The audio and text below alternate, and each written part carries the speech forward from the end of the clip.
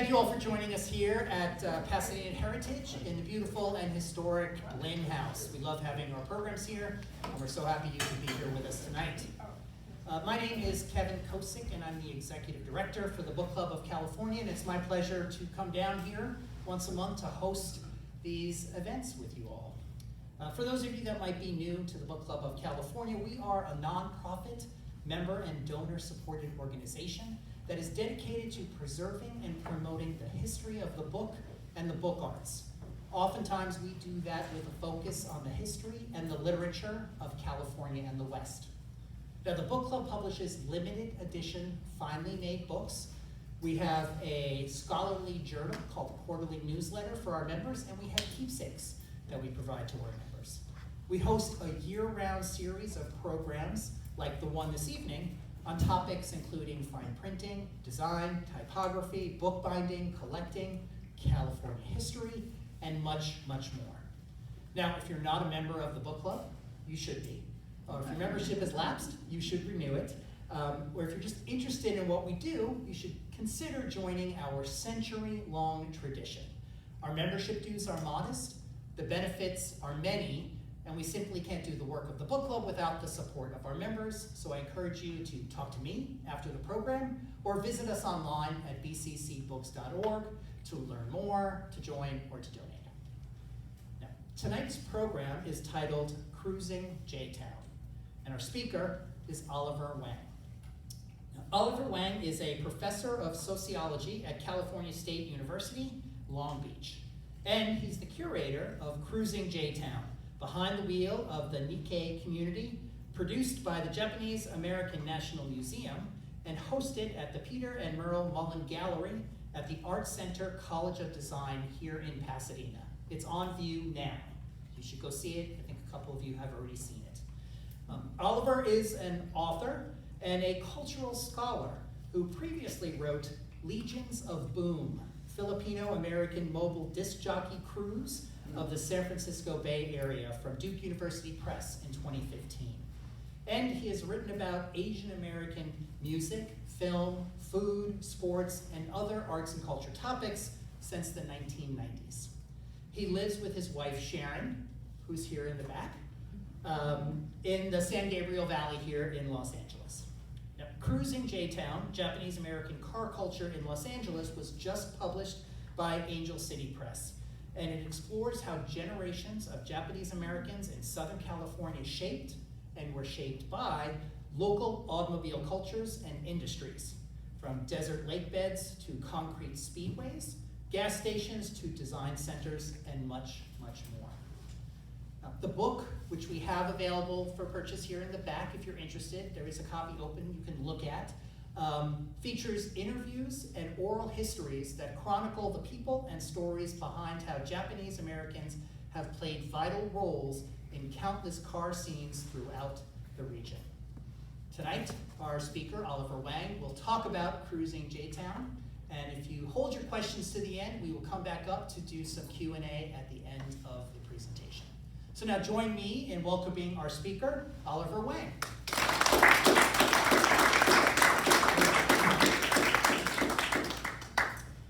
Thank you so much. As Kevin mentioned, I am a college professor by day, so I'm used to projecting. Can people hear me without the microphone? Yes. Yeah. It's a little less awkward this way. Of course, I'm making it more awkward by...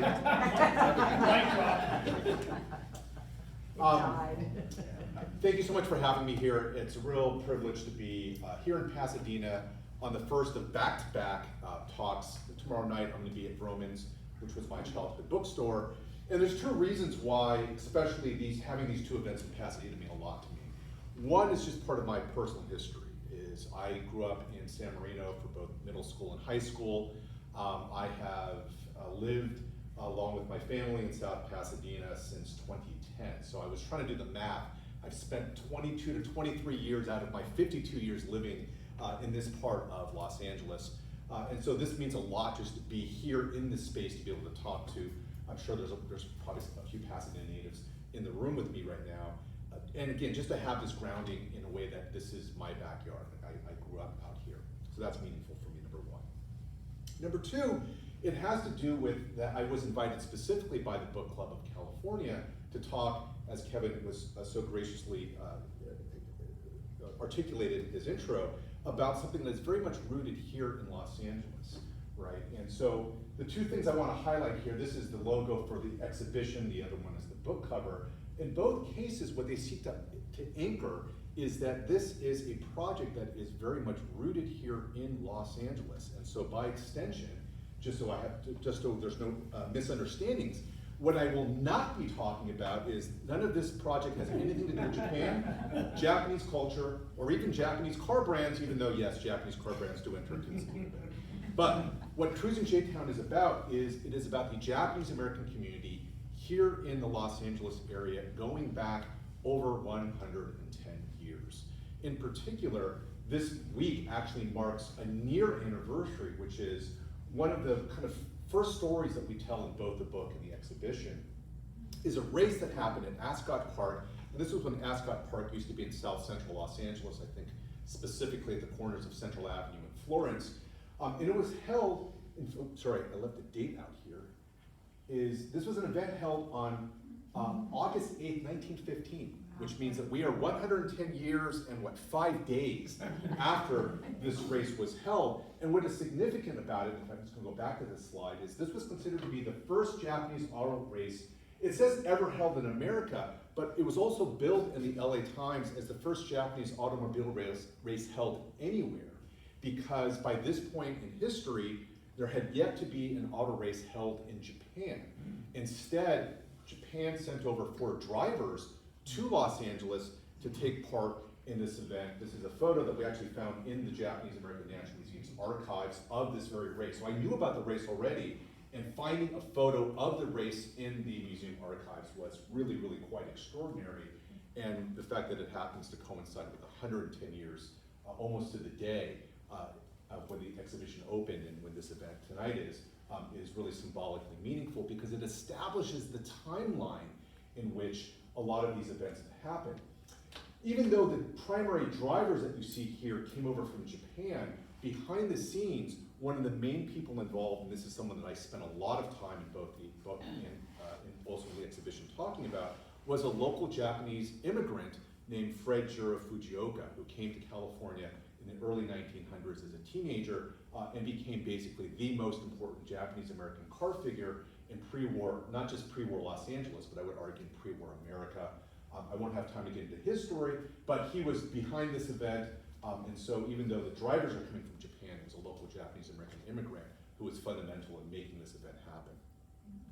In addition to that, this is a photo of Kangaro and Suga Mazoda and their family from taken outside of Brawley. If you know where the Salton Sea is, Brawley's nearby. They were farming melons back then. And this photo, based on the age of the car, was probably taken sometime in the late 1910s and early 1920s. So besides establishing, right, the existence of Japanese American families going back 100 plus years, so this has historical resonance, but on a personal level, the great-granddaughter of the 2 people pictured here happens to be my wife, Sharon.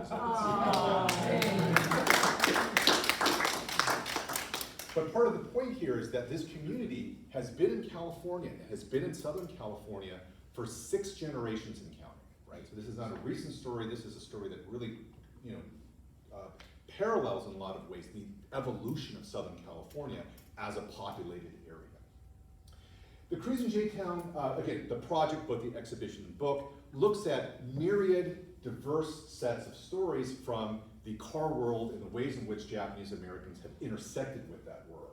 So whether that's in terms of speed, performance, and racing, whether it's in the areas of style, which is about car customization and drift racing, car design, whether it's about work, so the ways in which utility vehicles have made forms of employment, social mobility, economic survival possible for Japanese American families. That's part of our story.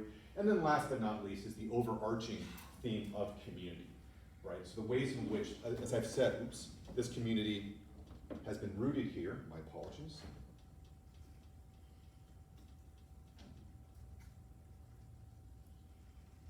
And we're back. We're almost back. And my apologies, you have to sit through my transitions now again. You get to see the cool car again. Yeah.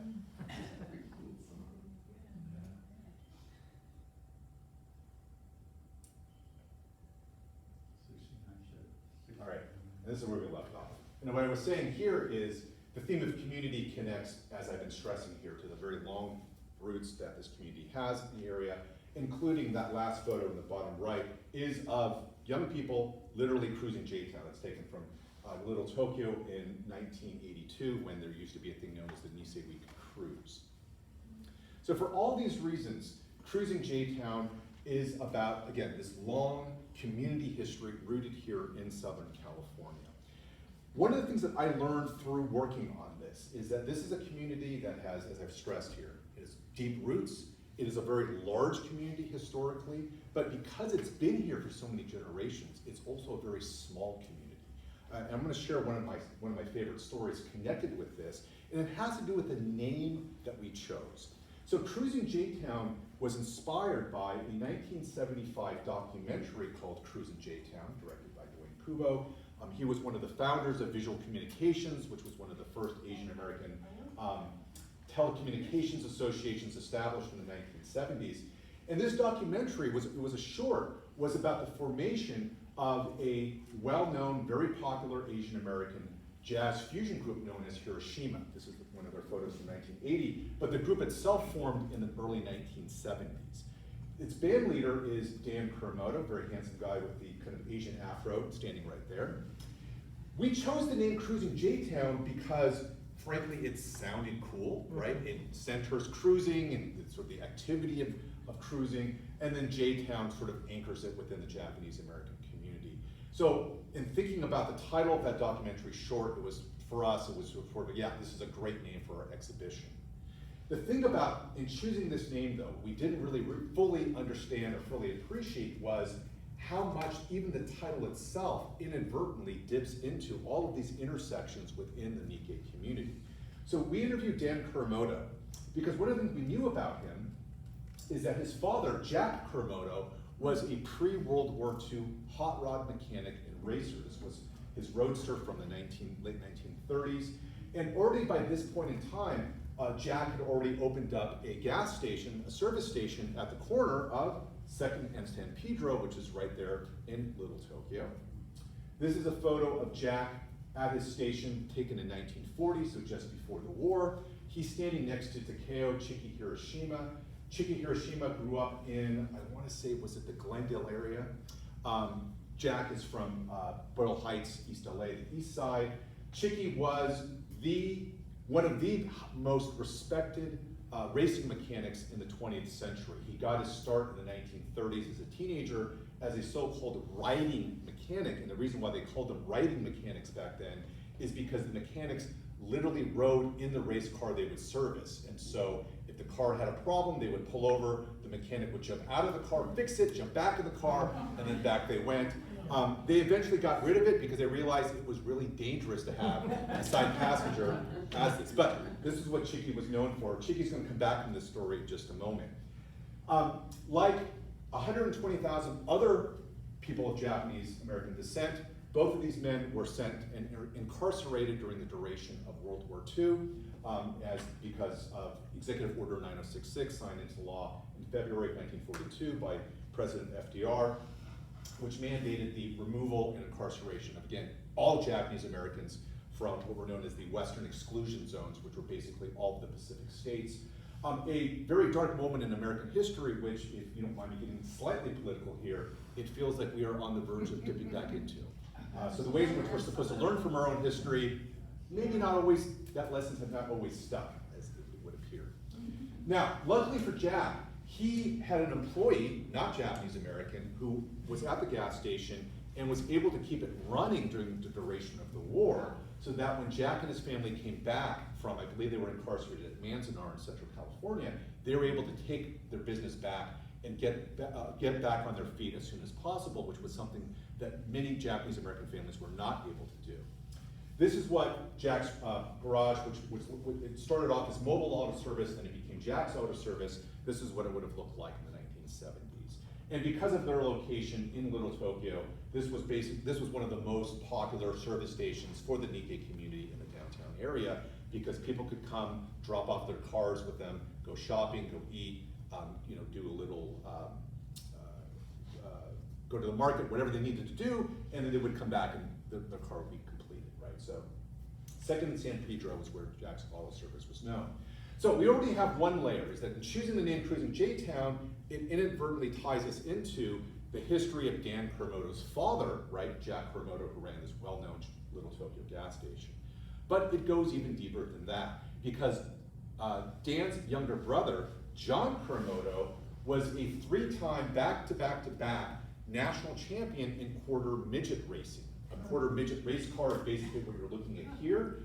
Quarter midget racing predates go-karting, so even though go-karts are racing done in small cars, the quarter midget races were preceded this, and John Kuramoto was a instant natural. I mean, he became a champion within his first year of racing.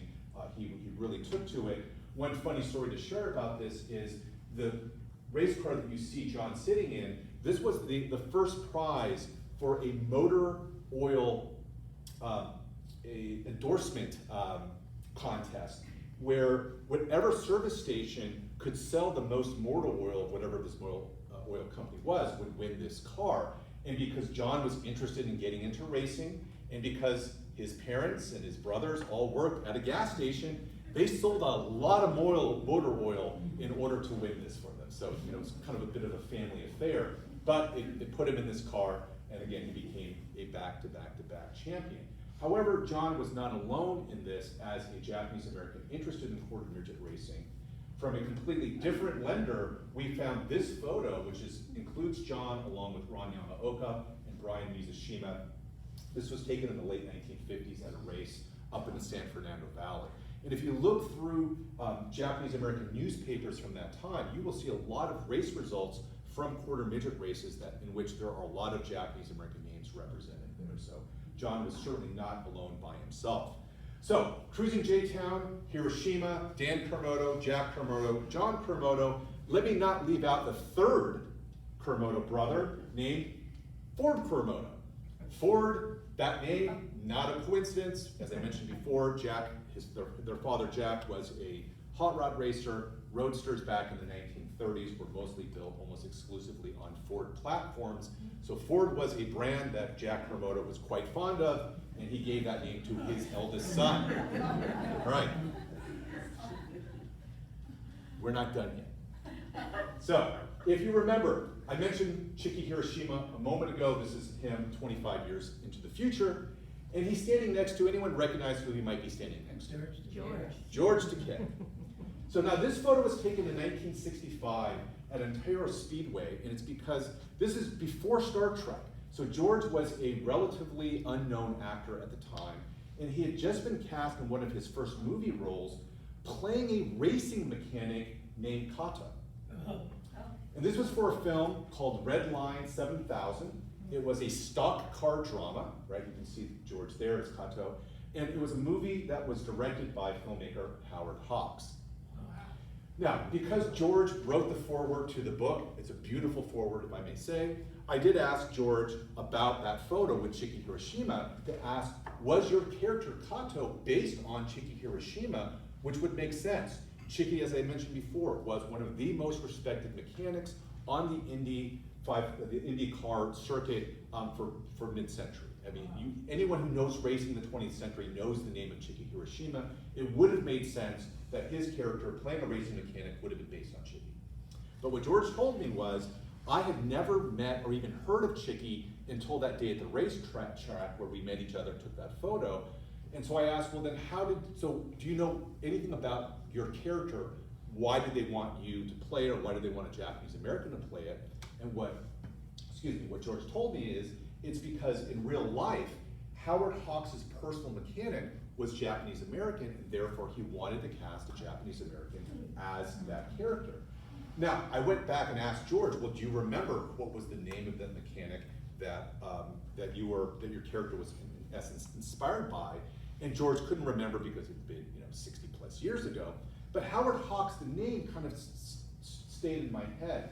And I remember that when we interviewed both Dan and John Kuramoto about their father's gas station, they had mentioned that because of the location, it's right second in San Pedro there in Little Tokyo, very close to City Hall, right in the heart of downtown, they had a lot of celebrity clients, including Sammy Davis Jr., and I went back to my lecture notes and checked, interview notes and checked, and they had mentioned the name Howard Hawks.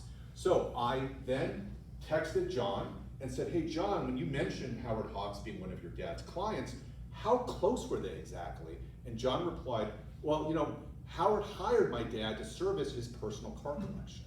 So there I solved the mystery of who Kato, right, George Takei's character, was based on. It wasn't Chiki Hiroshima. Kato was inspired by Jack Kuramoto, right? To add even one more layer on top of that, I went back and told George this. Your character was based on Jack Kuramoto. He was at this gas station in Little Tokyo. And George replied, you know what, now that you mention it, my mom's cousin worked at that gas station. So I spent time there as a kid. So in choosing the name Cruising J-Town, again, we chose it because it sounded cool, right? Simple as that. But inadvertently, right, without realizing it, we were really highlighting one of the key themes about our entire project, which is about these deep community roots of the Japanese American community here in Los Angeles, and the web of intersections that links all of them, right? Just through the title, it ties into all of these eras, all of these generations, all of these different people. It's a rich, rich, amazing story. It's one of my favorite stories. Thank you for letting me share this with you. Give me a moment here.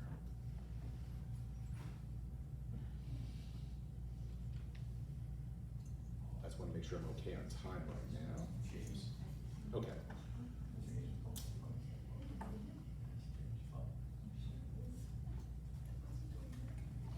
Sorry, I realized I was giving you the wrong slideshow. And then, all right, so then we're back. All right, I'm going to share two more stories with you. The first is something that you will also find in both the book and the exhibition. And people oftentimes will ask me, like, what is one of my favorite things that I've learned in the process of working on this? And I've been working on this project for 9 years. And it's kind of like asking, like, which of my kids I like best. I'm not supposed to pick favorites amongst all the stories, but if I can, just between you and I here, I do have one, which is about the fish trucks. So this is Kaz Kojima with his children Sachi and Toshi. This is taken in the late 1940s. So Sachi, right, who's, you can see in the window there, we had interviewed her about something completely different, completely unrelated to the fish trucks, and I'll explain what the fish trucks are in a moment. But the museum had put out a call asking for stories about utility vehicles, work vehicles. And Sachi had seen this call and then wrote me and said, when you interviewed me, did I mention that my father had the first fish truck in Los Angeles? And I replied to say, number one, no, you didn't mention this. And number two, what's a fish truck? Because at that point, I had no knowledge about it. So these are the fish trucks, and specifically the fish truck drivers. And the trucks, you can see them in the background, but just to give you some sense of scale here, photo taken in November of 1964. So the fish trucks were trucks that every morning, 6 days a week, these men working usually about 16 to 18 hours a day, they would go, they would load up their trucks or vans with ice. They would go get fresh seafood, either from the fish markets down in San Pedro or in downtown Los Angeles.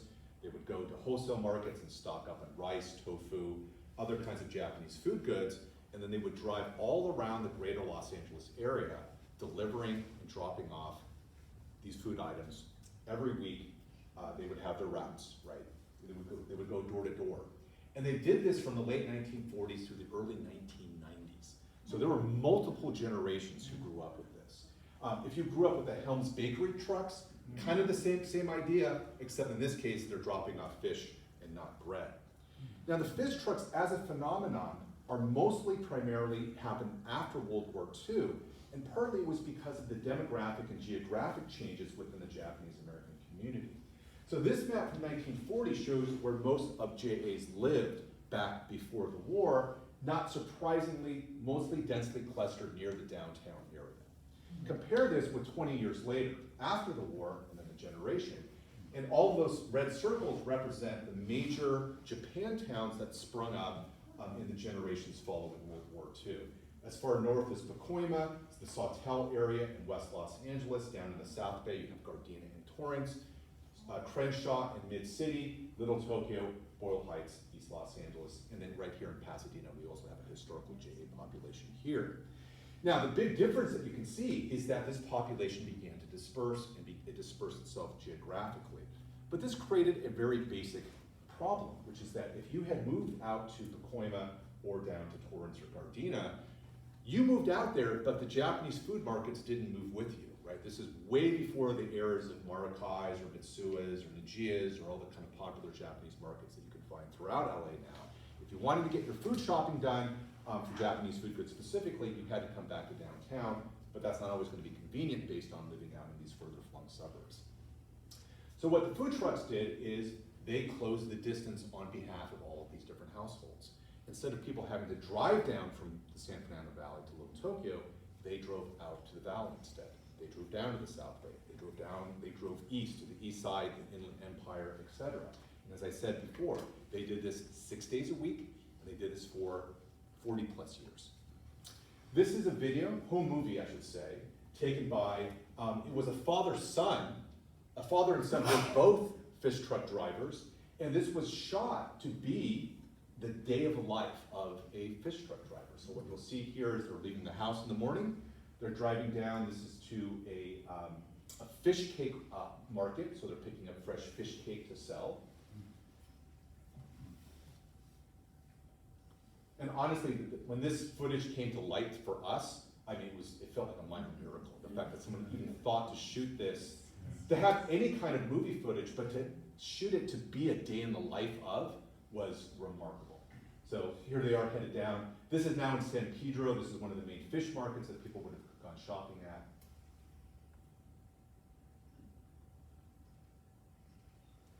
Yeah, State Fish Company, that's one of the main markets at the time.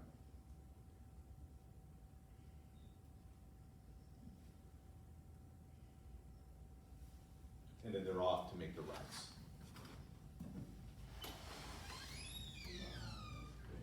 Amazing. One of my favorite stories from this actually came from Sachi, who I mentioned. Now, she claims that her father, Kaz, was the first fish truck driver in Los Angeles. We've never been able to verify the first. I would say one of the first. And what's notable is that even though Kaz lived in East LA, I believe he lived in, the family grew up in the Boyle Heights area, when Kaz was incarcerated during the war in camp, a lot of the friends he made were from inland. They came from Riverside and San Bernardino counties. And he got the idea to create a fish truck because one of the friends he made in camp ran a small market out in Riverside. And so Kaz basically was able to develop his initial client base by going inland, right, which is really, really far from Little Tokyo, to deliver fish every day. And one of his stops eventually became, during the 1950s, March Air Force Base. At the time, because of the Korean War, there were quite a few Japanese, what were known as war brides, right? These were Japanese nationals, women who married American GIs, who were stationed in Japan because of the Korean War. They came back to the States, were stationed at March Air Force Base, and so Kaz would make that Air Force Base, these Japanese war brides would be one of his weekly stops. And in many cases, Kaz would be the only other Asian face they would ever see on base because it was really just them, and they were isolated as a result of that. During New Year's, right, and New Year's in the Japanese American community is a really big holiday. I'm not talking about Chinese New Year, the Lunar New Year, we're talking about January 1st. It's a really, really big deal. And what Kaz would do is he would invite these war brides and their husbands to come from the Air Force Base to their house in Boyle Heights to be able to celebrate New Year's with them. And the way that Sachi described it was that it was like a sense of home away from home, right? And this is, in general, what these fish trucks were able to do is they were able to provide people access to the comforts of home, the food that they're used to, in ways to make it more convenient for them. Now, with all of these different fish trucks drivers out there, especially in the early years, competition between them would become inevitable. And rather than things becoming very tense between these different drivers, by the early 1960s, they organized themselves, it's a little bit hard to see here, but this is the Los Angeles Retail Fish Association, formed, best as we know, in the late 1950s or early 1960s. And what the association did is, first of all, they organized all the drivers so that they did not compete against each other. People were assigned routes every week. You did not double up, so you were not hitting up the same block, 2 days in a row or one after the other. If you wanted to get into the fish truck business, you had to essentially buy a route from an existing member. So they really controlled the supply of fish truck drivers as a way to benefit the people in the association. And then moreover, because they were organized as a collective unit, it also allowed them to negotiate better wholesale rates from their sellers. As I mentioned before, this photo was taken in November of 1964, and this photo we've known about for a while. What we didn't know until about 6 months ago is that the wife of one of the people in this photo took a home movie of the making of this photo, which is extraordinary. And the fact that this is in color is just, because the photo itself is black and white, as you saw, but this is all in color.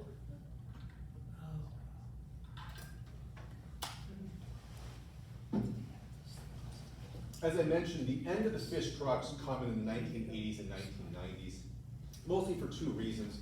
The first is, by that point in time, Japanese markets have now expanded throughout Southern California. So the need in order to save the time going from one location to downtown was muted once those markets moved up to where other people lived. But it was also the case where people, once this generation retired, there was no one beneath them that was interested in taking over. So not only was there less of a need for these drivers, again, their kids didn't want to work 6 days a week doing 16-hour days.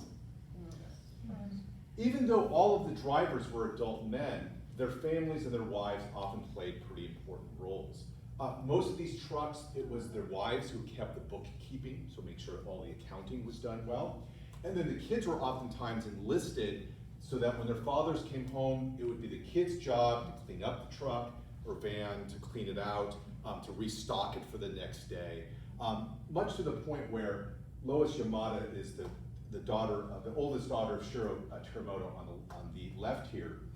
And when we interviewed her, she mentioned that by the time she was in her teenage years, again, when her dad came home, it was the responsibility of the kids to clean up the truck and get it stocked. And therefore, she said, quote, if you had a date, forget it.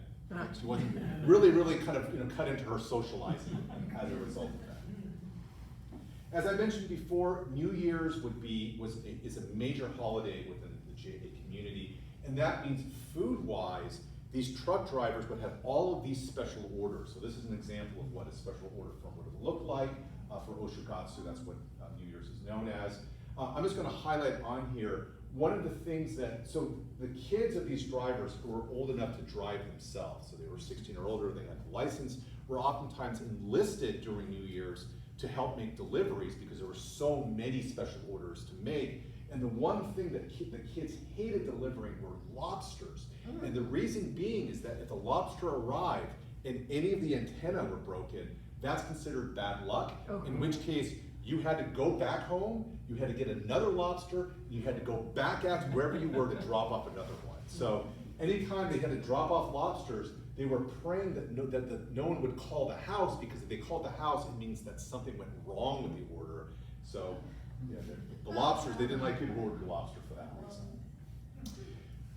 The New Year's also gave the drivers an opportunity to give back to their clients. And so most drivers had all kinds of year-end gifts for them, whether it was commemorative plates, dish towels. I've always kind of liked this pen from Lefty Morimoto, just because it has a bit of a spicy slogan on there.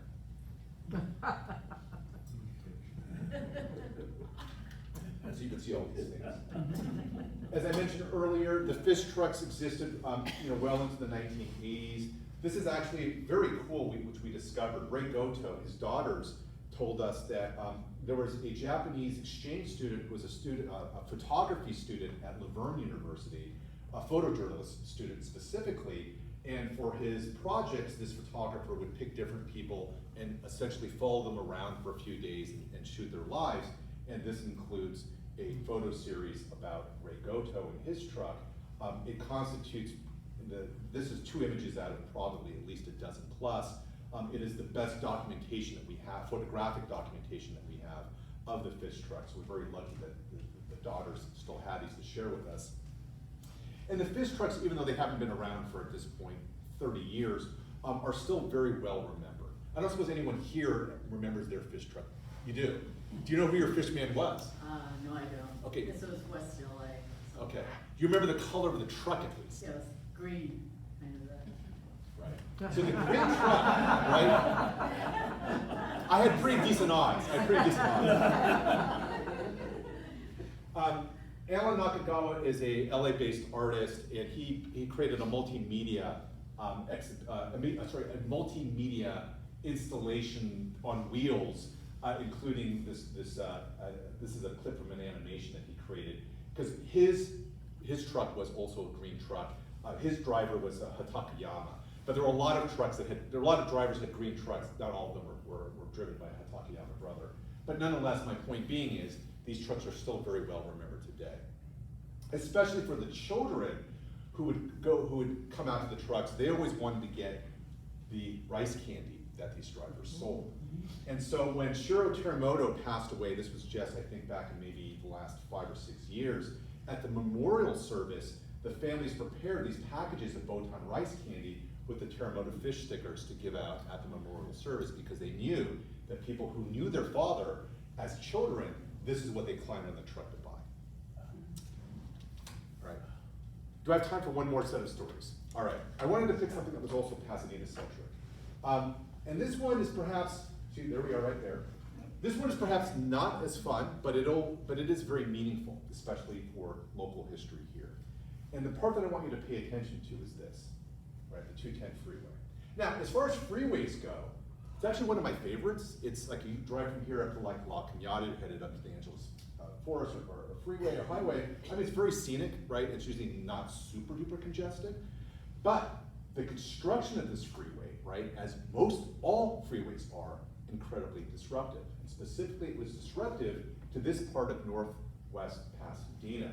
So this photo is taken, this is Lincoln here. Okay. I'm pretty sure this is Claremont Avenue. This is what this part of Pasadena looked like before the freeway was built. And what you'll see here, if I can just draw your attention to this part in red, right? These are people's homes. These are their businesses, it is their churches, it is their community centers, it is the institutions, the things that basically create civic life in this neighborhood. And this is what it looks like now, right? All those buildings, right, had to be cleared out, destroyed, in order to make room for the freeway. The freeway began construction in 1958. I believe it was completed in either 62 or 64. The original route, right, or one of the original routes considered by Caltrans would have run closer to the Rose Bowl. So this is the route that, again, Caltrans could have built. And what you'll notice here, because it skirts the arroyo, it minimizes the amount of disruption on existing population. Everything you see here, that's the parking lot, right? So these are not homes that are there. But there were homes located along that route. So this is more of an overhead map that you can see here.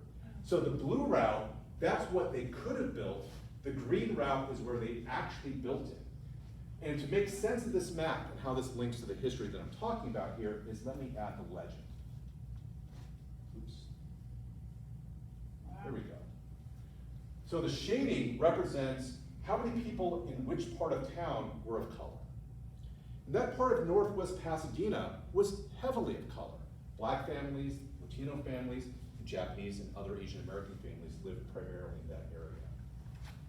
The blue area, much less dense, but wealthier and much, much whiter. The portion that the freeway was eventually built in, of color, more middle class and working class. And if you know anything about the history of freeway construction in Los Angeles, most of the freeways run through working class communities of color. That's where we tend to build freeways, not necessarily because they're the most convenient, certainly not because it's the most it's the least disruptive to existing communities, but because those communities have far less political capital to fight off freeway construction that runs through their neighborhoods. Some of the costs of this, right? So the original Pasadena Union Presbyterian Church, which is a primarily Japanese American church, used to be located on Kensington Place. I actually tried to figure out where Kensington Place existed on the map, but the problem is that the freeway runs through it, so I don't even know where that address would exist now. Like it's been completely wiped off the map, so to say. They had to move their location, and this was not a small thing. Like this is part of the congregation. This is what like the actual full photo looks like, right? So they ended up moving to Altadena. Across the street from them was the primarily African-American First AME Church, which was also located on Kensington Place. The AME Church moved to North Raymond, and then the Pasadena Union Presbyterian Church is now known as the First Presbyterian Church Altadena. They moved to Altadena. I will note both churches did survive the January fires, which I was happy to learn about, even though obviously many other places did not. Now this story is Pasadena-centric, but it is not unique to Pasadena by any means. And so we go back to this map that shows you where all the major Japan towns were in 1960. And the thing, just to zoom in a little bit, what you'll notice is that every single one of them is near major freeway construction. That could be a coincidence. I would argue maybe in some cases, maybe not in others. And again, it goes back to who is living in these communities in which houses and businesses and churches and community centers need to be destroyed. Usually these are not in wealthy white neighborhoods, right? They're in communities, working class communities of color. Boyle Heights is kind of the ultimate example of this because it's got 5 different freeways running through it. But you can see in other places, here in Pasadena, up in Pacoima, Sawtelle, the 405 basically cleaved that neighborhood in half, right? Crenshaw is right off of the 10, so forth and so on. Okay. So as much as our exhibition and book celebrates aspects of car culture, we also want to have at least some indication of like what is the price that car culture has, and especially here in Los Angeles, the freeways, you could argue that they are a necessary evil, but besides bringing air pollution and congestion, they also have a very serious negative impact on any neighborhood that now has these concrete rivers running through them. The last thing I want to share, so this is a photo of the father in this photo is Jimmy Sakamoto. Grew up in the Hollywood area, was incarcerated during World War II. He fought and joined up with the 442nd, which was an all-Nisei battalion that fought in the European theater, and these are his sons, Philip and Alan. This photo is both in our exhibition, it's also in the book. And Jimmy's son, Philip, got a chance to see the book a few weeks ago and sent me this really, really lovely note, in which he wrote, quote, "Living in a world dominated by others, we so rarely see anything that speaks to our own upbringings. To see ourselves in literature, or history books, or a museum exhibition is monumental, making us feel like actual human beings." And this meant a lot to come from him, from one of the people that lent us their photos, and almost everything in the book and in the exhibition were lent to us by community members, because this is what this project is about. It is about anchoring human, family, community stories within a space, a place, and a time, and hopefully, right, I mean, I can't, it's up to other people to tell me whether we were successful or not, but to basically highlight their basic humanity, using the world of cars and trucks as, pun intended, a vehicle through which to do so. But this is really, again, what is at the heart of Cruising J-Town are these community stories. And just one last plug, our exhibition is now open. It says November 12th. I think we're about to extend it actually to December 13th, but don't quote me on that. You can still go catch it. I should have added the hours. It is open Wednesday through Sunday, 12 to 5 p.m. It's free every day, so you can, free every day it's open, so feel free to come through. And then, of course, we have the book, very, very beautifully published by Angel City Press.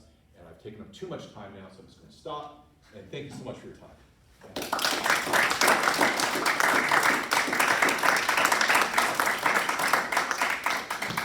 We're not letting you go yet. We're not kicking you out. We're going to definitely take some time for some questions. Yeah.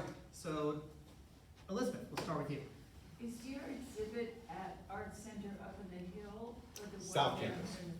Yeah. So it's on South Campus, which is basically right across the street. Speaking of freeways, where the 110 freeway begins or ends, depending what direction you're going, literally right across the street from the 110 freeway. Yeah. Oh, good, thank you. Yeah. Off of Route 66, which also feels somehow out. Yeah. So, how does this culture intersect, if it does, with the culture that Naomi Hirahara talks about with her Japanese gardeners? Oh, yeah. So actually Naomi's gonna be in conversation with me tomorrow night at Romans. When I got invited by Romans to give a talk there, she was instantly the first person I wanted to be there because she's a Pasadena native. Pasadena figures heavily, of course, in her books about Masarai. And I've known Naomi for a number of years and have deep affection and respect for her work as a journalist and as an author.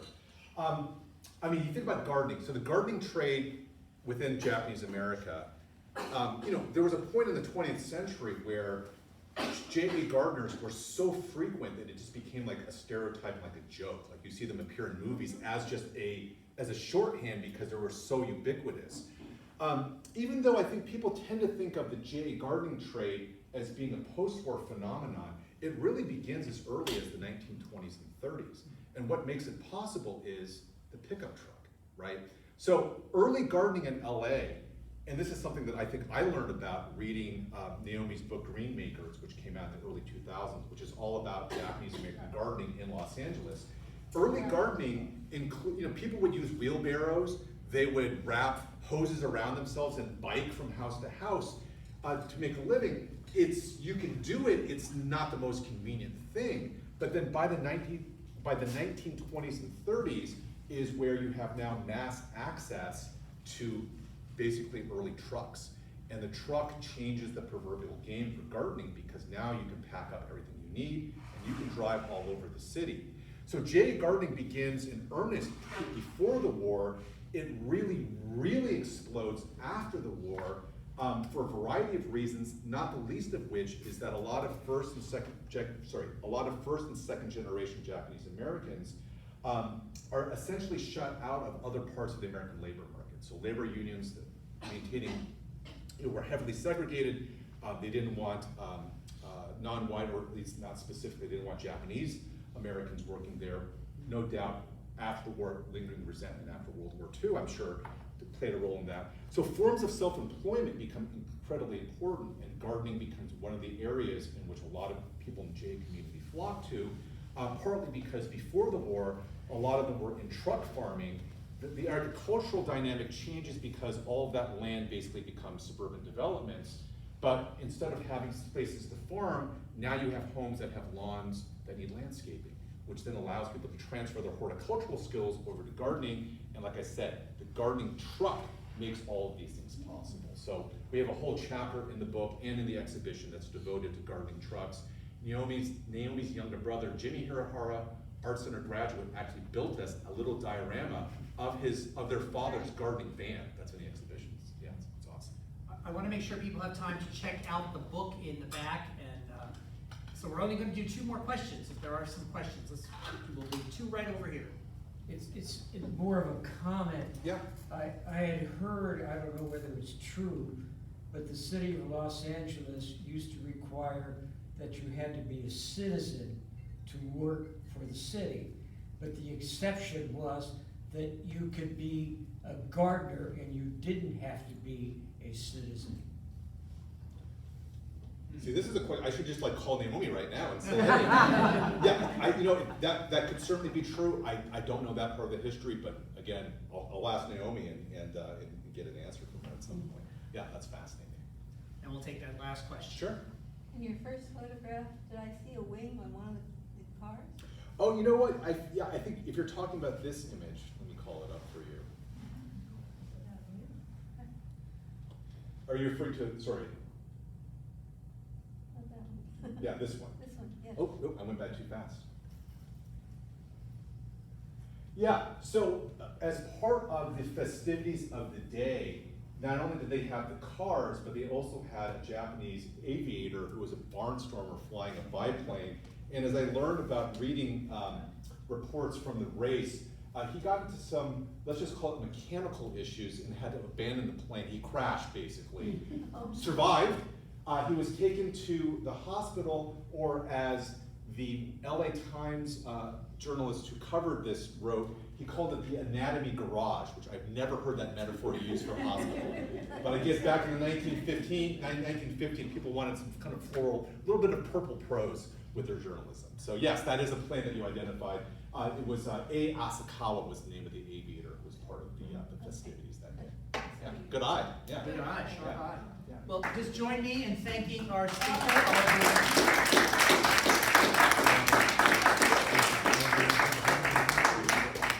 Blue screen is up. Yes. And the book is available in the back, so I have an open copy here if you want to check it out. I'll bring it back there. Please look it over, and if you're interested, please acquire a copy for your library. Thanks everyone for coming. We hope to see you next month here at the book club. Second Wednesday of the month are our programs. Have a great evening, and we'll talk to you soon. Thanks everyone.